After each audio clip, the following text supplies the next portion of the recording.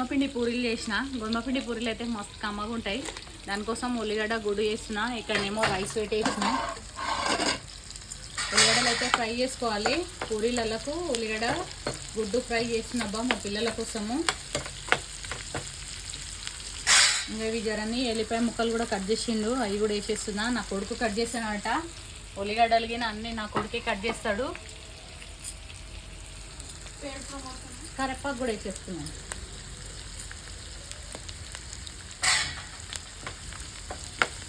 అన్నీ మంచిగా వేసాం. మరి కరివేపాకు దగ్గర ఎందుకు అట్లా?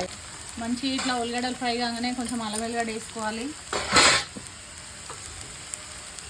మంచిగా పసుపు కూడా వేసేసుకోవాలి జరంతా.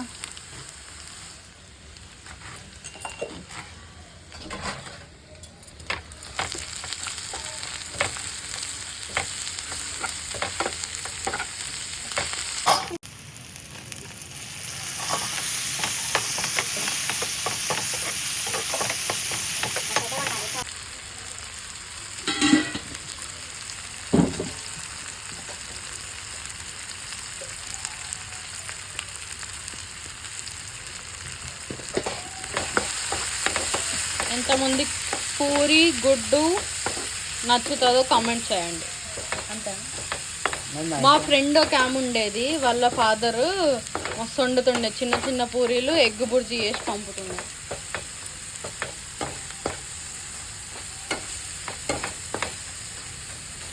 మంచిగా మగ్గించుకోవాలి. ఇంకొక 5 నిమిషాలు మెత్తగా స్మాష్ అయిపోవాలి.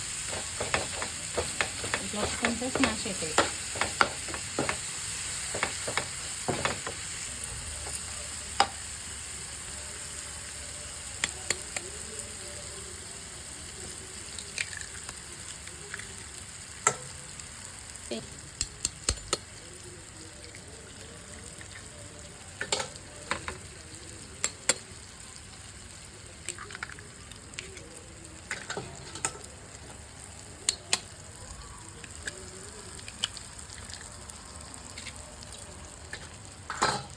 సిమ్లో పెట్టేసి మూత పెట్టేసేయాలి.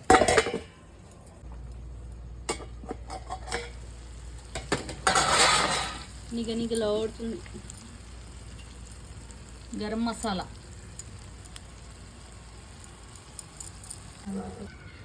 ఇది ఇప్పుడు మూత పెట్టేసి మినిమం 5 minutes to 8 minutes వదిలేసేయాలి సిమ్లో పెట్టి. మీకు తర్వాత అది మలిపేసేయాలి. ఎగ్ ఫ్రై రెడీ అయిపోతుంది.